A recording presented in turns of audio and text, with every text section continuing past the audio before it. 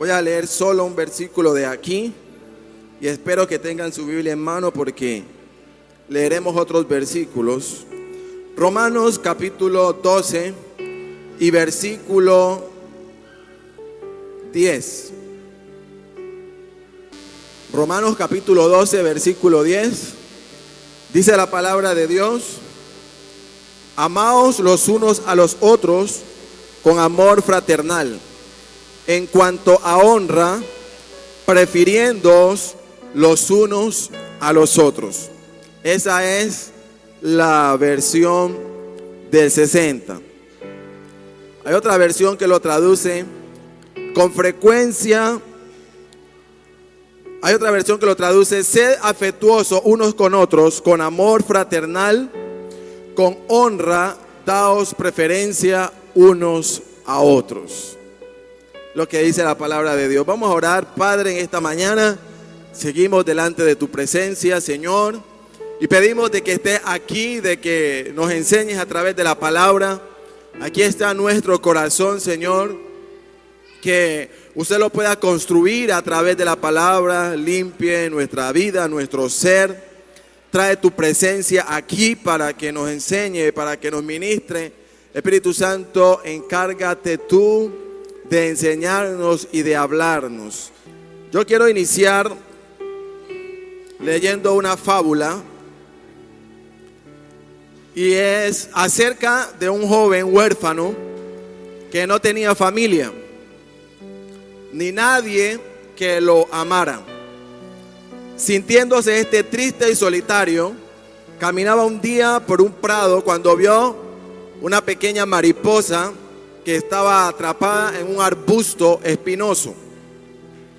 Cuanto más la mariposa intentaba salirse ahí donde estaba atrapada, más profundamente se le clavaban las espinas en su cuerpo frágil.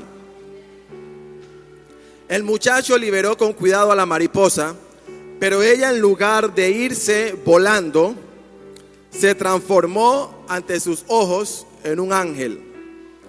El muchacho se frotó los ojos sin poder creerlo, mientras el ángel decía: por tu maravillosa bondad haré lo que me pidas.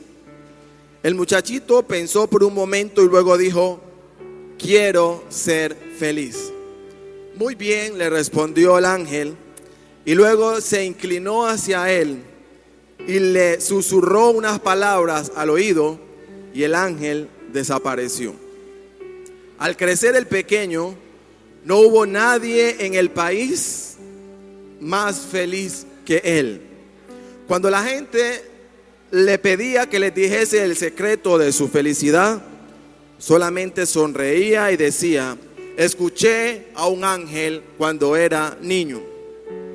En su lecho de muerte, sus vecinos se reunieron a su alrededor y le pidieron que divulgase el secreto de su felicidad antes de morir. Finalmente, el anciano les dijo: el ángel me dijo que cualquiera, sin importar lo seguro que pareciese, fuese joven o viejo, rico o pobre, me necesitaría. Que cualquiera que fuera la condición de cualquier persona, siempre alguien iba a necesitar de ese muchacho insignificante. Y estas palabras a ese muchacho lo hicieron el hombre más feliz hasta que murió. Y quiero también decir un pensamiento.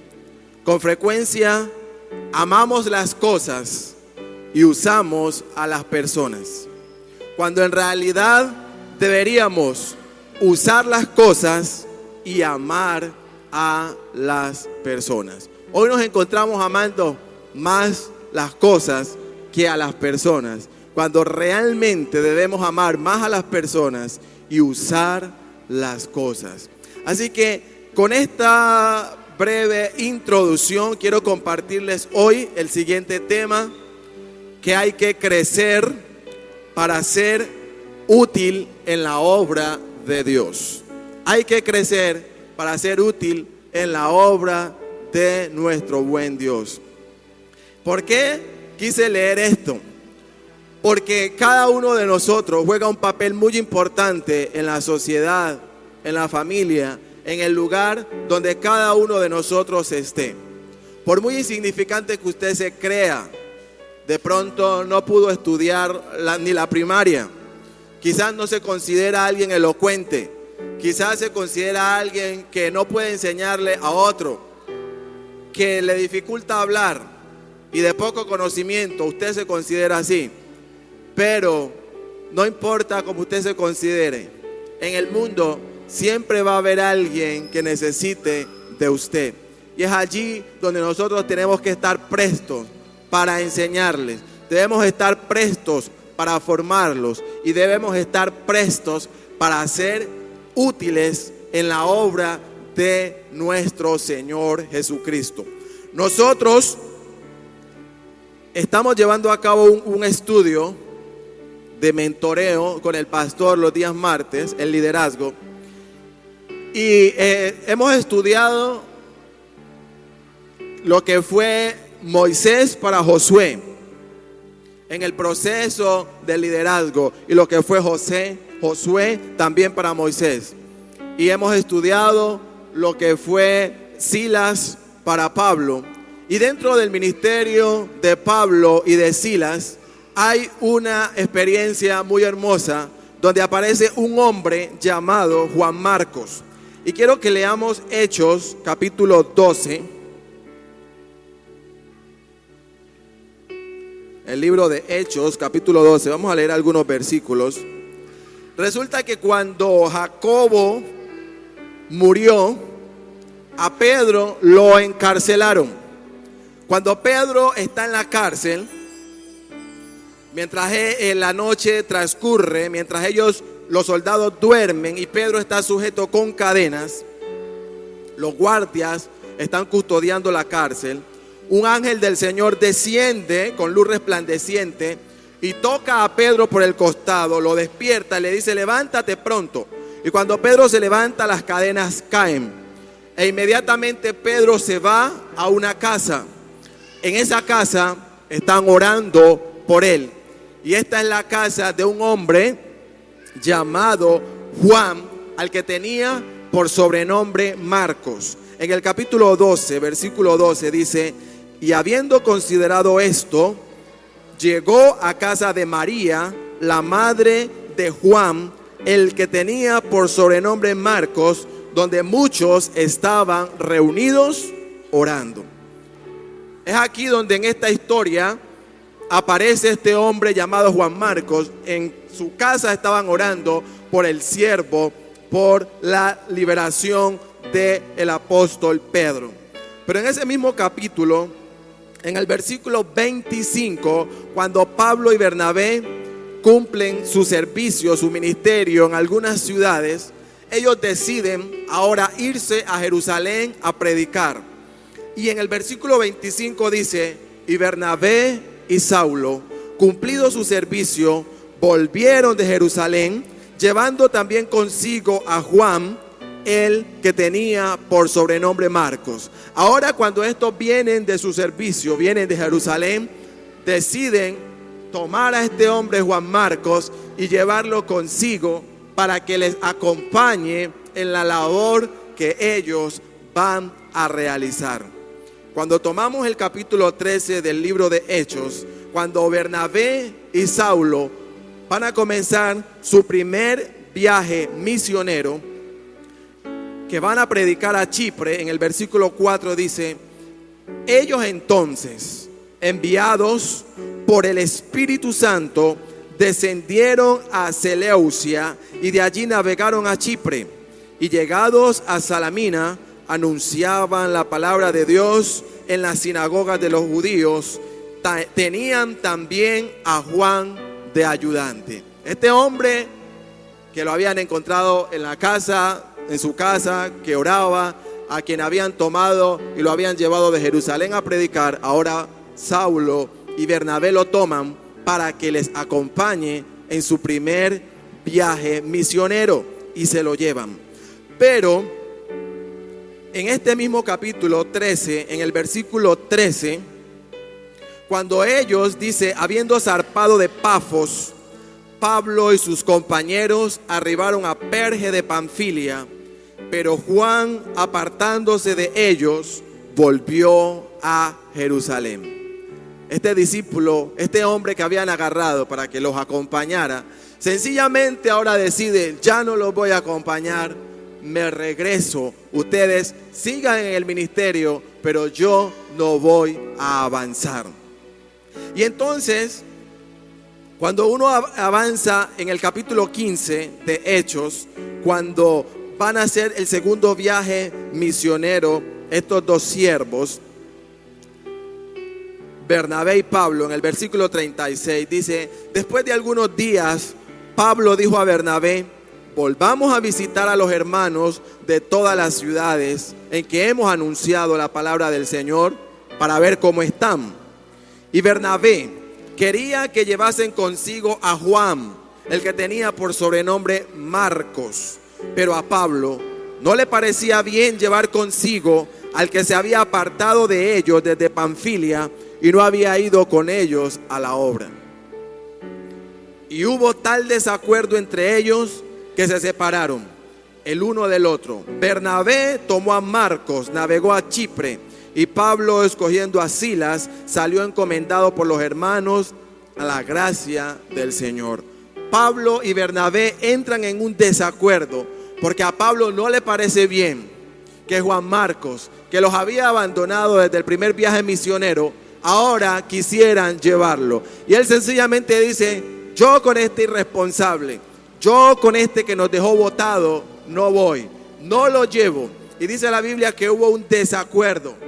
A Pablo no le gustó para nada. Y Pablo entonces dijo: yo me voy con Silas, me voy a otro lado, y usted váyase con su acompañante, con el que nos dejó botado, y usted quiere caminar, agárrelo entonces y váyase para otro lado. Y hubo un desacuerdo. Pero llama mucho la atención lo que pasa después con Juan Marcos, porque Juan Marcos no se queda siendo ese discípulo que abandonó la obra, no sigue siendo ese discípulo irresponsable, no sigue siendo ese discípulo mediocre, no sigue siendo ese discípulo incapaz, sino que él se prepara, sino que él crece en el ministerio y se convierte un hombre útil en la obra del Señor, porque como dije al comienzo, él entiende que hay gente que necesita de él. Él entiende que a través de su ministerio muchas personas van a ser bendecidas. Y es entonces donde encontramos en segunda de Timoteo, yo lo leo porque voy a correr un poquito en los versículos, encontramos a Pablo, al mismo Pablo que le había dicho allá a Bernabé: separémonos, yo no quiero saber nada de Juan Marcos. Ahora encontramos a Pablo diciendo lo siguiente de Juan Marcos en 2 de Timoteo capítulo 4 versículo 11, cuando Pablo le está escribiendo a su hijo Timoteo en medio de su angustia y su prisión. Le dice: solo Lucas está conmigo. Y ahora le dice: toma a Marcos, toma a Juan Marcos y tráelo contigo, porque me es útil para el ministerio. Tráigalo, porque ahora que se ha capacitado, porque ahora que ha crecido, yo lo necesito acá. Ya Pablo no tenía una actitud recíproca, no tenía una actitud ajena, no tenía una actitud de rechazar a este hombre, sino que ahora dice: por favor, tráigamelo porque yo lo necesito. Es un discípulo que se ha superado, es un hombre que ha crecido, es un hombre que se ha preparado y yo lo necesito aquí conmigo. De tal manera que quiero que se vayan haciendo una idea de que no importa lo que de nosotros hayan dicho o que nosotros mismos nos hayamos dicho de nosotros. Lo que importa es la actitud que usted tome frente a eso, de prepararse y de levantarse, porque alguien en algún lugar de Olaya Herrera necesita de usted y necesita de mí. Necesita de ese conocimiento, de esa experiencia, De nosotros depende que muchos entren al cielo o se vayan al infierno. Pero no podemos quedarnos quietos, no podemos quedarnos sentados. Tenemos que avanzar. Pero también Pablo, cuando le escribe a la iglesia de Colosas, le dice lo siguiente: Aristarco, mi compañero de prisiones, os saluda. Y Marcos, el sobrino de Bernabé, acerca del cual habéis recibido mandamientos, si fuere a vosotros, recibidle. Ahora Juan Marcos está con Pablo, acompañándolo en su situación, acompañándolo en el ministerio, y aquí él lo está referenciando, que lo saluda y está diciendo que los mandamientos que él les ha enseñado, la palabra que él les ha hablado, la reciban. Este mismo Juan Marcos, del mismo que Pablo dijo no quiero saber nada, del mismo que le dijo váyase para otro lado, ahora este hombre le dice recíbanlo, reciban su enseñanza y reciban la palabra que él les acaba de impartir. Y el último versículo está en Filemón 24, cuando Pablo le está escribiendo, Pablo y Timoteo, al amado Filemón, dice: Marcos, Aristarco, Demas y Lucas, mis colaboradores. Lo menciona como un colaborador. Mis amados hermanos, amigos que estamos en esta hora, en este recinto, cada uno de nosotros tiene un potencial. Cada uno tiene algo para darle a alguien. Cada uno de nosotros tiene un propósito y un destino en Dios, pues Dios ha dado dones y talentos a los hombres, pero no es para que nos quedemos con ellos, sino para que los ministremos y le enseñemos a otras personas. Y es lo que nosotros tenemos que hacer. Y en la fábula que leí al comienzo, quizás muchos están como ese niño, infelices, tristes, y creen que no pueden hacer nada en la iglesia. Creen que no pueden hacer nada en la sociedad. Pero hoy les quiero revelar el secreto de la felicidad. Alguien en este pueblo, y no solo uno, sino muchos más, necesitan de usted. Alguien está esperando por usted. Alguien está esperando de ese consejo, de esa palabra, de esa enseñanza que solamente usted puede darle. Y usted es el que tiene que decidir si sigue en su posición de esconderse o se levanta y crece y es útil en la obra del Señor. Cuando leemos lo que pasó con el buen samaritano, encontramos de que había dos personajes que pasan frente a este hombre que está herido junto al camino. Y dice la Biblia que pasó un levita, un hombre de Dios, pasó un sacerdote, otro hombre de Dios, pero vieron a ese hombre allí tirado medio muerto y ninguno de ellos acudió a salvarle. Ninguno de ellos acudió a levantarle. Y cuando Jesús empieza a hablar de este asunto, recordemos que es un maestro de la ley, es un intérprete de la ley, el que se levanta y le pregunta a Jesús: Maestro, ¿haciendo qué cosas heredo la vida eterna? ¿Cómo voy a entrar al reino de los cielos? Y Jesús le da dos razones que deben estar presentes hoy en nosotros para que entremos al reino de los cielos, porque esta condición no ha cambiado. Y Jesús le dijo: ¿qué está escrito en la ley como lees? Amarás al Señor tu Dios con todo tu corazón, con toda tu alma y con todas tus fuerzas y con toda tu mente. Es la primera condición que le dice. Usted debe amarme, debe amar a Dios con todo lo que tiene, porque si le amamos a Él con todas nuestras fuerzas, jamás vamos a hacer otro tipo de cosas. Cuando estamos enamorados del Señor, nuestros ojos no se desvían a nada más. Y la segunda condición que le dice es: y debes amar a tu prójimo como te amas a ti mismo. Así como te cuidas, así como te alimentas, así como te proteges, así como te vistes, así como piensas en ti, debes amar a tu prójimo. Y entonces este hombre, queriéndose justificar como alguien que no sabe nada, le dice: ¿y quién es mi prójimo? Y es entonces cuando Jesús le narra el siguiente acontecimiento, donde hay un hombre que lo han herido y está tirado junto al camino, y pasa un sacerdote y no le da importancia, pasa un levita y no le da importancia, pero pasa un samaritano y sí lo recoge y sí le ayuda y lo lleva y hasta paga para que lo atiendan. Y Jesús le pregunta a este intérprete: ¿quién crees que es el prójimo? Y él automáticamente sabe y le dice: el que usó de misericordia con él. Entonces Jesús le dijo: ve y haz tú lo mismo. De tal manera que estamos llamados hoy a ser ese buen samaritano. ¿Saben por qué? Porque hay mucha gente caída en el camino. Hay mucha gente herida, tirada, esperando ese buen samaritano. Y yo no sé si usted quiere ser ese buen samaritano.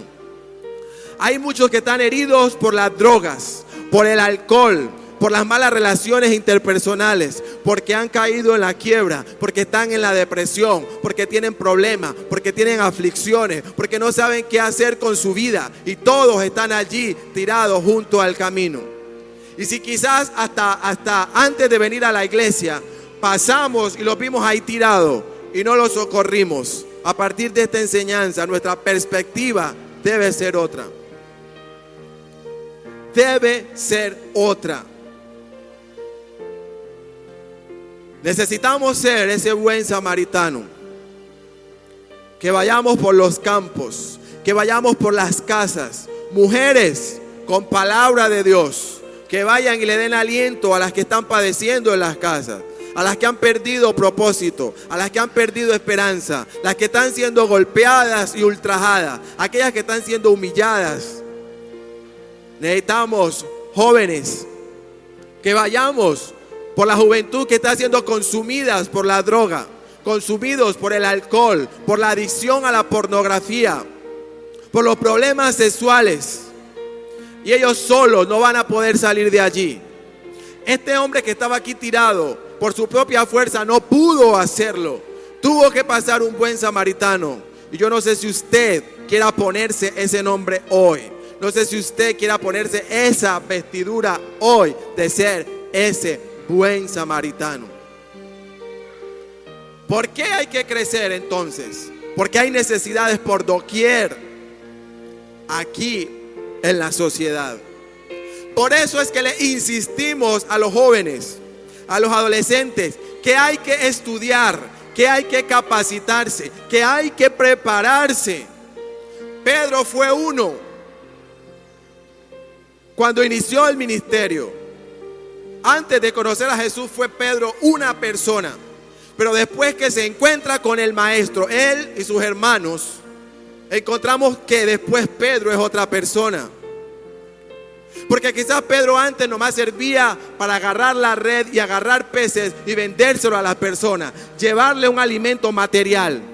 Pero cuando Pedro se encuentra con el maestro y Pedro crece, es útil en la obra del Señor. Y lo encontramos que cuando el Espíritu Santo desciende y llena allá el aposento alto, Él es el primero que se para y da un discurso y se convierte en como 3,000. De tal manera que es necesario que usted y yo como pueblo del Señor nos preparemos para servir en la obra del Señor.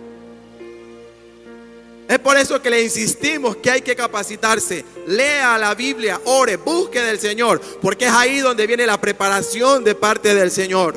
Pero también tenemos que prepararnos en el área natural de la vida, prepararnos con nuestros estudios. Pero lastimosamente es el pueblo de Dios el que menos hace eso.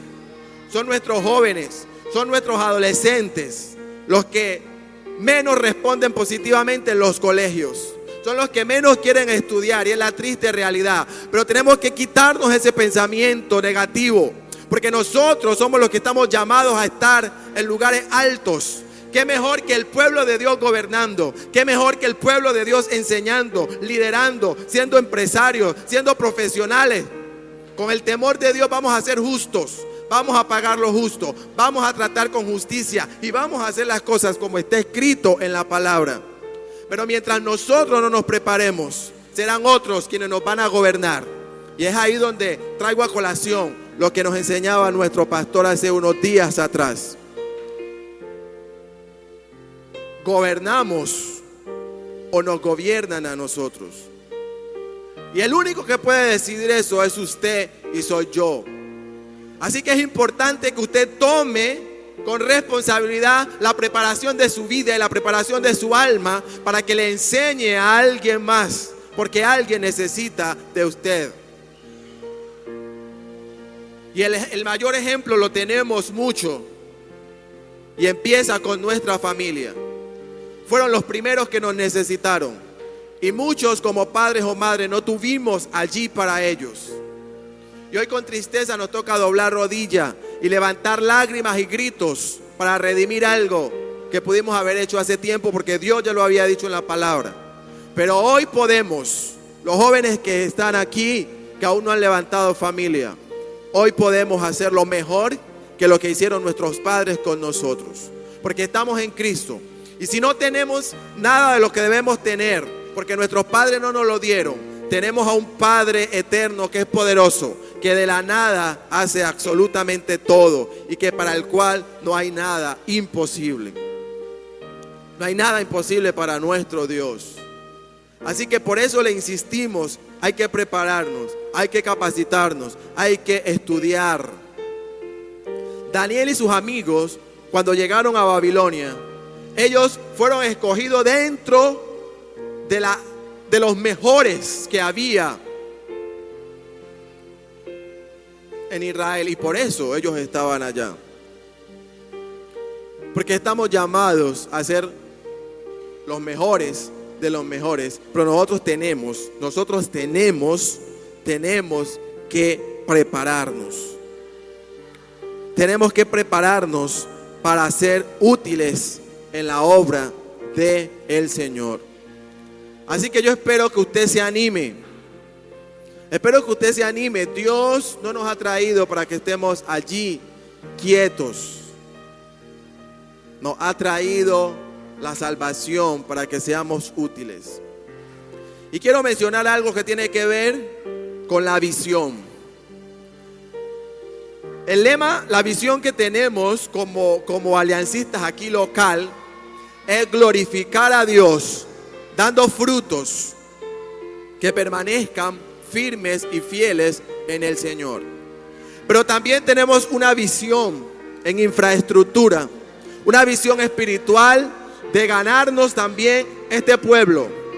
Y de allí a que estamos siendo impulsados a través del pastor y el liderazgo a construir una nueva casa para el Señor. Una nueva casa donde van a estar cada una de esas personas que como buenos samaritanos vamos a ir a recoger. Y haciendo una investigación, leyendo sobre la visión natural que son nuestros ojos, se dice que lo mejor para recuperar la visión, nuestros ojos cuando se desgastan, hay que untarles algo que se llama colirio, ¿sí? Son químicos, compuestos, fórmulas que se utiliza para echarle a la vista para que ésta mejore y cobre su vitalidad. Pero lo que me llamó la atención fue que un instituto oftalmológico de Alicante, España, lograron la regeneración de los tejidos. Lo hicieron a partir de un colirio que era formado de las células de la sangre del propio paciente. O sea, él mismo en su propia sangre tenía el antídoto para curar la visión de sus ojos. En su mismo cuerpo tenía entonces el remedio para ese problema. Y si eso yo lo traduzco acá al mundo espiritual, al trabajo que nosotros estamos haciendo, puedo decirles que dentro de nosotros mismos debe estar esa pasión y ese antídoto para que la visión que nosotros tenemos como iglesia la podamos cumplir. Y está dentro de cada uno de nosotros. Sin pasión no se puede completar jamás una visión. Y estas paredes pueden estar como siempre han estado, llenas de mensajes como esa foto que está ahí, como el lema cuando estaba allí. Y podemos gritarlo como esos pendones que están allá, que cuál es nuestro propósito. Pero si eso de ahí no salta al corazón de nosotros, no pasa absolutamente nada. Y por mucho tiempo hemos estado caminando en esa dirección, que nomás vemos la palabra, escuchamos la palabra, leemos la palabra, pero no la ponemos en el corazón. Y por eso hasta hoy hemos sido como el levita y como el sacerdote, al mirar al que está tirado junto al camino, y no hemos podido ni siquiera ayudarles. Nosotros tenemos esa responsabilidad y está en cada uno de nosotros. Y desde el inicio ya les dije que dentro de cada uno de nosotros hay cómo hacerlo. De tal manera que ninguno de los que está aquí en su mente puede decir: es que yo no sé leer, es que yo no sé hablar, es que yo no sé hacer esto, lo de acá y lo de allá. No podemos decir más eso, porque en usted mismo está el potencial. En usted mismo está el potencial. Y quiero concluir con lo siguiente.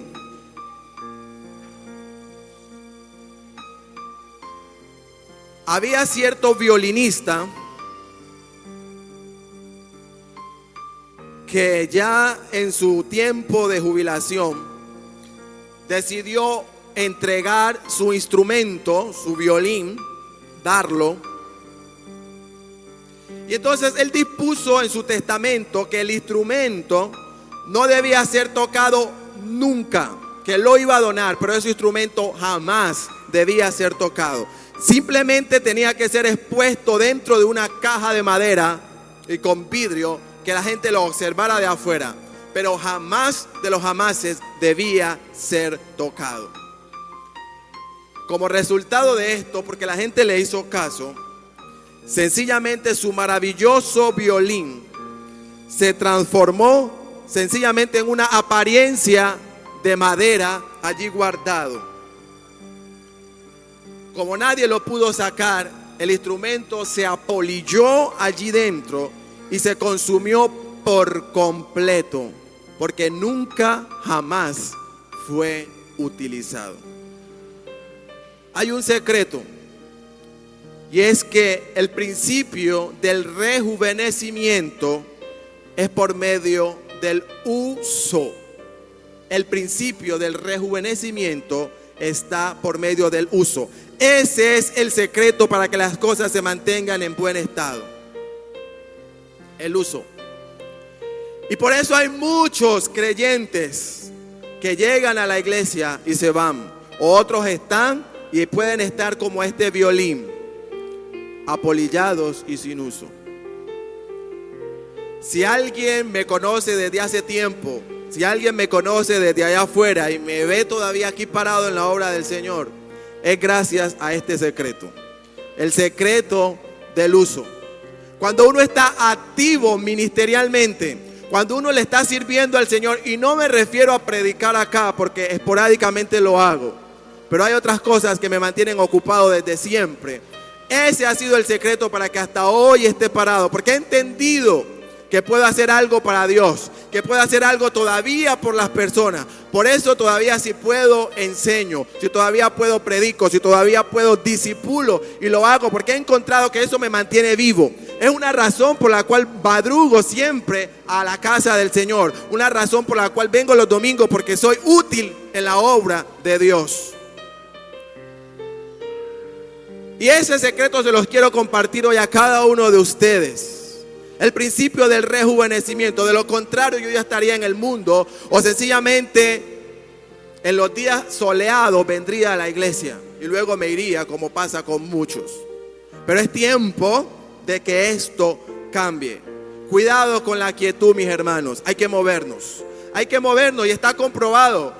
El cuerpo físico, si usted se mantiene solamente sentado y ni siquiera camina, ni siquiera se ejercita, rápido se enferma, los huesos se pegan y usted termina muriéndose. Pero aquel que se mantiene activo, que se mantiene haciendo una cosa, otra, mantiene la mente ocupada, es el que persevera hasta el fin.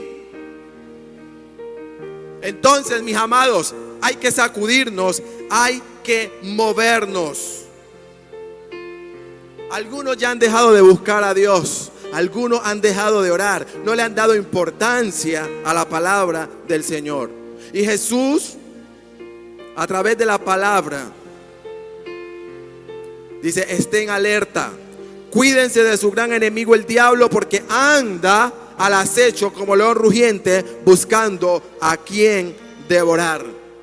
El apóstol Pedro lo dice. Por eso es importante, mis amados, que no nos detengamos y mantengamos la relación con el Señor. Recuerden, hay que crecer para ser útil en la obra de Dios.